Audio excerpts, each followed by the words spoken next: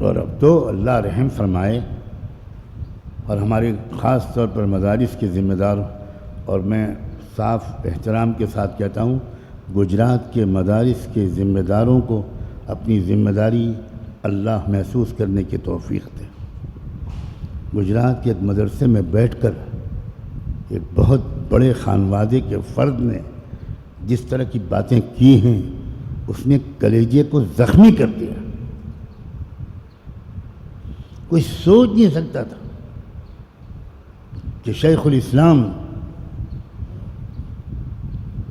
حضرت مولانا حسین احمد مدنی رحمۃ اللہ علیہ کے بارے میں ایسی جھوٹی اور ایسی واہیات باتیں کہی جائیں گی، اور اس کے اوپر مدرسے کے ذمہ داران کچھ اس کی نکیر بھی نہیں کریں گے۔ حدود کو پہچاننا، سرحدوں کو پہچاننا، تلک حدود اللہ فلا تعتدوها۔ آج کل کے علماء کو میں کیسے کہوں کہ اس مضمون پر بہت توجہ دینے کی ضرورت ہے، اور یہ جو ہوا ہے گجرات کے ایک مدرسے میں، میرا خیال یہ ہے، پورے احترام کے ساتھ کہتا ہوں، کہ اس مسئلے کی سنگینی کو محسوس نہ کرنے کی وجہ سے ہوا ہے۔ وہ کسی بدنیتی کی وجہ سے ہوا ہو، میں ایسا بدگمانی بالکل نہیں کرتا۔ جن لوگوں نے وہ بیان سنا اور سن کر خاموش رہے، اور اس کے بعد بھی فاضل مقرر سے کوئی گفتگو نہیں کی کہ جناب آپ نے یہ کیا فرمایا ہے، وہ بھی نہیں کی۔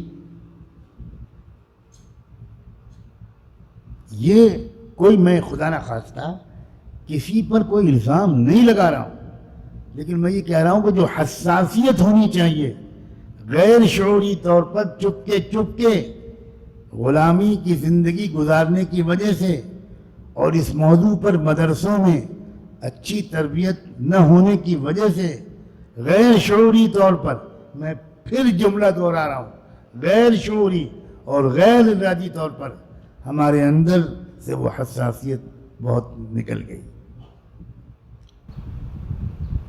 اسی وقت ٹوکنا چاہیے تھا کہ کیا کہہ رہے ہیں آپ۔ میری گزارش ہے گجرات کے علماء سے کہ وہ اجتماعی طور پر اپنا موقف واضح کریں۔